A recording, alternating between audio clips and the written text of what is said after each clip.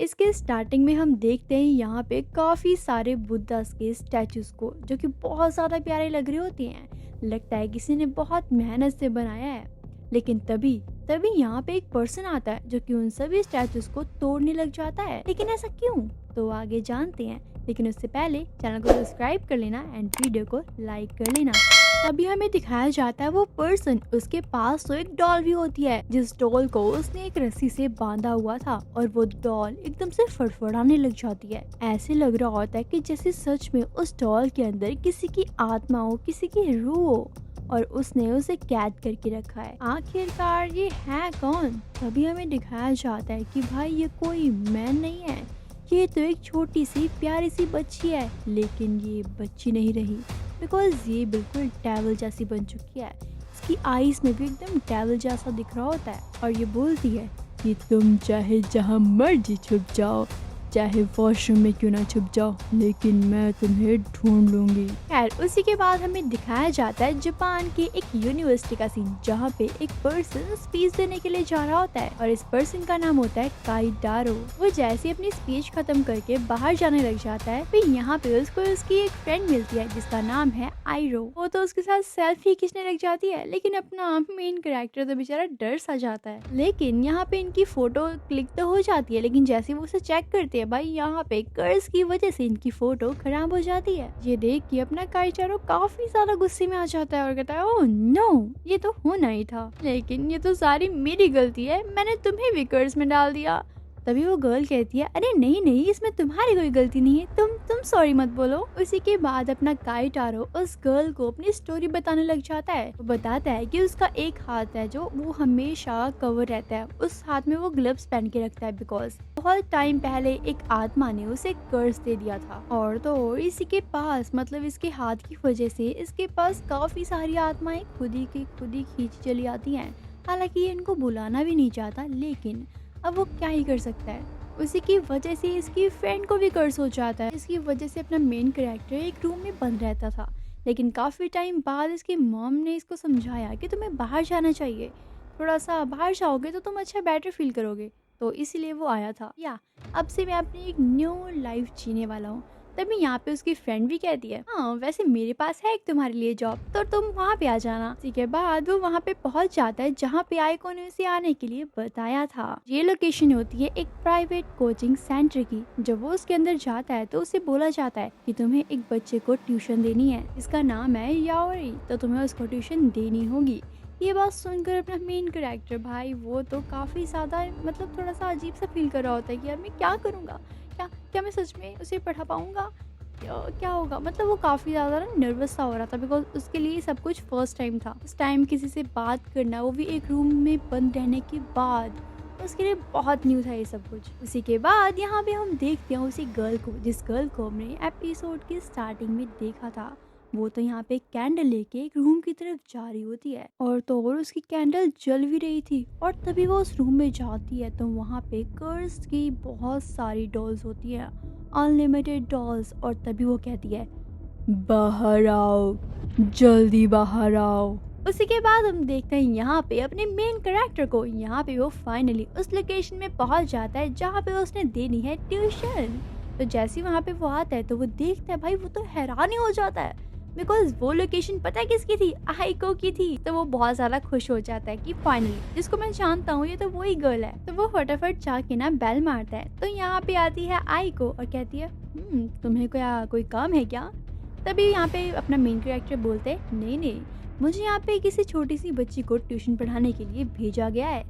तो कौन है वो छोटी बच्ची, तुम मुझे बता सकती हो? ये बात सुनकर आई को कहती है ओह अच्छा, वो तो मेरी ही कजन है, तो चलो चलो तुम अंदर आ जाओ। उसके बाद वो अंदर चला जाता है। तभी यहाँ पे आई को अपनी बुलाती है छोटी सी बहन को। यहाँ पे अपना मेन कैरेक्टर जैसे उस गर्ल को देखता है वो तो डर जाता है भाई, कहता है ये किसके साथ रह रही हो यार तुम? तभी यहाँ पे वो गर्ल बोलती है मुझे लगता है कि तुम्हारे वो दूसरे वाले हाथ में एक बुरी आत्मा का साया है। ये बात सुनकर काइटरो कहते ओ भाई साहब, इसको भी पता है, मतलब ये आत्माओं को देख सकती है। तो ये जो तुम्हारे पास डॉल है ना, इसको तुम फेंक दो, बिकॉज यहाँ पे काइटरो को फील होता है कि जो उसके हाथ में डॉल है उसके अंदर एक बुरी आत्मा है। ये बात सुनते ही याई अपनी डॉल का गला जोर से दबाती है और वो डॉल उसकी फड़फड़ाने लग जाती है और कहती है कि प्लीज तुम मुझे माफ कर दो, इसने इसने तुम्हें डरा दिया ना, प्लीज माफ कर दो। ये सब कुछ देख के अपना काइटारो समझ जाता है यार। ये सब कुछ देख के सुन के अपने काइटारो की तो पूरी तरीके से फट चुकी होती है।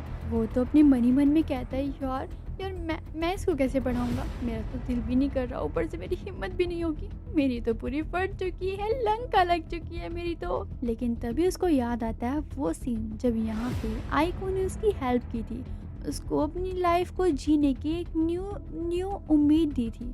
तो वो कहता है नहीं, मुझे इसको पढ़ाना होगा। फाइनली यहाँ पे अपना काइटारो से बोलता है कि यस, मैं तुम्हें आज के बाद पढ़ाऊंगा और तुम रेडी हो जाओ। उसके बाद काइटारो को यहाँ पे आइको और यूई दोनों के दोनों ले जा रही होती है पता नहीं कहाँ।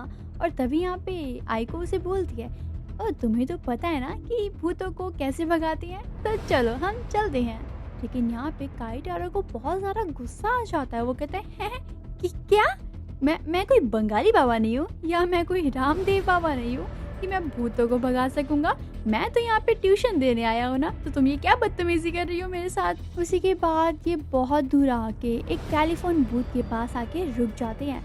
बेचारा काइटारो, उसकी तो हालत पतली हो चुकी थी। लेकिन तभी आइको यहाँ पे काइटारो को बताती है ये टेलीफोन बूथ बहुत ज्यादा कर्स है। यहाँ पे बहुत टाइम पहले एक गर्ल को मार दिया गया था क्योंकि वो हर एक बॉयफ्रेंड से रोज रोज नए नए और महंगे महंगे गिफ्ट्स मंगवाती थी, जिसके वजह से उसके एक बॉयफ्रेंड ने और काफी सारे बॉयफ्रेंड ने मिलकर उसको जिंदा मार दिया और तभी से ये टेलीफोन बूथ हो चुका है कर्स। तभी काइटारो बोलता है तो मैं इसमें क्या कर सकता हूँ, तुम ही बताओ, वो तो मर चुकी ना, अब मैं क्या करूँ उसका। अरे नहीं यार, पहले बात तो सुन लो। अगर कोई भी इस टेलीफोन बूथ के अंदर जाने की कोशिश करता है तो वो इस नंबर पे कॉल करती है और उसके बाद यहाँ पे वो लेडी उस पर्सन को मार देती है जिंदा। लेकिन तभी अपनी याओई उस टेलीफोन बूथ के अंदर चली जाती है, लेकिन काइटारो उसे फटाफट बाहर निकालता और कहता है तुम ठीक तो हो ना, तुम पागल वागल तो नहीं हो, तुम उसके अंदर कैसे चली गई। तभी यहाँ पे वो बताती है मुझे तो इसके अंदर कोई भी आत्मा नहीं दिखी, मुझे तो नहीं लगता कि ये कर्स्ड है। लेकिन यहाँ पे अपना काइटारो बोलता है लेकिन मैं उसे अभी भी महसूस कर पा रहा हूँ। लेकिन तभी यहाँ पे उस कर्स्ड टेलीफोन के अंदर से एक आवाज आती है जल्दी करो जल्दी करो। और तो और यहाँ पे टेलीफोन बूथ में ना भाई मतलब ऐसे खून के धब्बे से बनने लग जाती हैं, हाथ के मुंह के, बहुत डरावना होता है सब कुछ। लेकिन तभी यहाँ पे अपनी याओई अपनी जो टैडी को निकालती है और उस टेलीफोन बूथ के अंदर फेंक देती है और उसे बंद कर देती है। और कुछ ही सेकंड्स में, मतलब एक सेकंड भी नहीं हुआ था, लेकिन उसका वो डॉल ना पूरी तरीके से फट जाता है। मतलब ये सब कुछ उस लेडी ने किया था। ये सब कुछ देख के भाई काइटारो, आइको, यूई सभी बहुत ज्यादा डर जाते हैं और फटाफट वो अपनी गड्डी स्टार्ट करते हैं और भाग जाते हैं, बिकॉज अगर वो एक सेकंड में रुक जाते तो पता नहीं उनके साथ क्या होता। उसी के बाद हम देखते हैं यहाँ पे नेक्स्ट डे का सीन, जहाँ पे काइटारो यूई को दोबारा से पढ़ा रहा होता है। वो यहाँ पे अपना काइटारो उससे पूछता है कि क्या तुम सच में आत्माओं को देख सकती हो। तभी यहाँ पे वो बताती है मैं देख भी सकती हूँ और उन्हें पकड़ भी सकती हूँ। उसी के बाद अपना काइटारो आइको के पास जाता है और उससे पूछता है कि आखिरकार क्या हुआ था इसके पेरेंट्स के साथ। तभी यहाँ पे आइको बताती है यूई जब बहुत छोटी थी तो वो अपने पेरेंट्स के साथ कहीं घूमने जा रही थी। लेकिन तभी यहाँ पे उनकी कार का टायर स्लिप हो जाता है और वो कार जाके गिर जाती है खाई में। लेकिन यहाँ पे उसके पेरेंट्स की डेथ हो जाती है और अपनी यूई बच जाती है। लेकिन उसी के बाद से यहाँ पे यूई का मतलब आईक्यू लेवल बहुत ज़्यादा तेज हो चुका था, उसकी एज के अकॉर्डिंग तो बहुत ही ज़्यादा। उसी के बाद से ये इंसानों के साथ साथ भूतों को भी देख पाती थी, हालांकि उनसे बात भी करने लग गई थी। उसी के बाद जब उसे पता लगा कि उसके मॉम डैड अब नहीं रहे तो वहाँ पे वो जाती है जहाँ पे मतलब कार का एक्सीडेंट हुआ था। तो वो देखती है उसकी मॉम की आत्मा कोई बुरी शक्ति लेके जा रही होती है और अब से ना उसके डैड की आत्मा तो उसे दिखती है, वो उनसे बात करती है, लेकिन उसकी मॉम की आत्मा उसे नहीं दिखती। वो बहुत ढूंढती है लेकिन अभी भी उसको उसकी मॉम की आत्मा नहीं मिली है और वो बस इसी तलाश में है। बस यही रीज़न है, तभी वो अपनी मॉम को ढूंढने के लिए हर एक भूतिया जगह में जाती है उसे बिल्कुल डर नहीं लगता। तो गाइज़, आपको ये स्टोरी कैसी लगी? हालाँकि अभी इसे बहुत सारे एपिसोड्स हैं। अगर आप इसे अच्छा प्यार दोगे इस वीडियो को, तो मैं इसको आगे कंटिन्यू करूँगी। एंड प्लीज़ मुझे मेरे चैनल को सब्सक्राइब करना, मेरी वीडियो को लाइक करना एंड ज़्यादा से ज़्यादा सपोर्ट करो। एंड अगर आप सुपर चैट भेजना चाहते हो तो भेज सकते हो। एंड जिन्होंने मुझे भेजा था उनको बहुत-बहुत शुक्रिया। एंड आप मेंबरशिप भी ले सकते हो। So thank you.